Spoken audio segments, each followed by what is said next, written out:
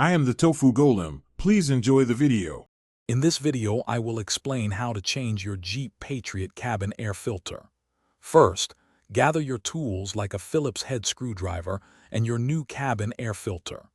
Make sure your vehicle is parked on a level surface and the engine is off. This ensures safety and makes the process much smoother. Having everything ready beforehand saves time and effort. Now let's access the filter.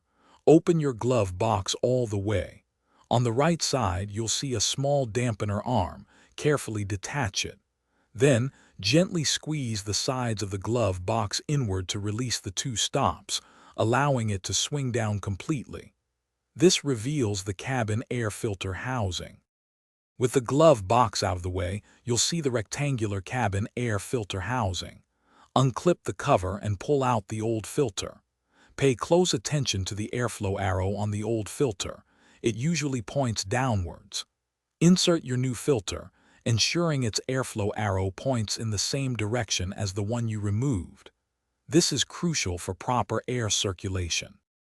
Finally, reassemble everything. Snap the filter housing cover back into place. Reattach the glove box by reversing the removal steps, making sure the stops and dampener arm are secure. Double-check that all components are firmly in place. For optimal air quality, it's a good idea to replace your cabin air filter approximately every 15,000 miles. Thanks for watching. Consider subscribing if we helped you today.